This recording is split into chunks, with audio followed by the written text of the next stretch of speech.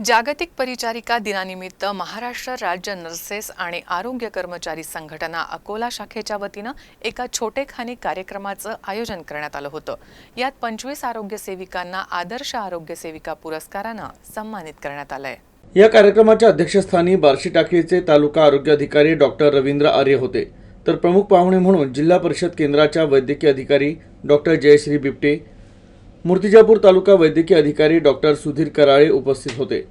उपस्थित मान्यवरांच्या हस्ते जिल्ह्यातील 25 आरोग्य सेविकांना आदर्श आरोग्य सेविका पुरस्कार प्रदान करून त्यांचा सन्मान करण्यात आला। या कार्यक्रमाला महाराष्ट्र राज्य नर्सेस आणि आरोग्य कर्मचारी संघटनेच्या जिल्हाध्यक्ष संगीता जाधव तसंच इतर पदाधिकारी उपस्थित होते, तर आरोग्य सेविका, स्वास्थ्य अभ्यंगता, आरोग्य सेवक, विस्तार अधिकारी, आरोग्य पर्यवेक्षक तसंच आरोग्य विभागातील कर्मचारी उपस्थित होते।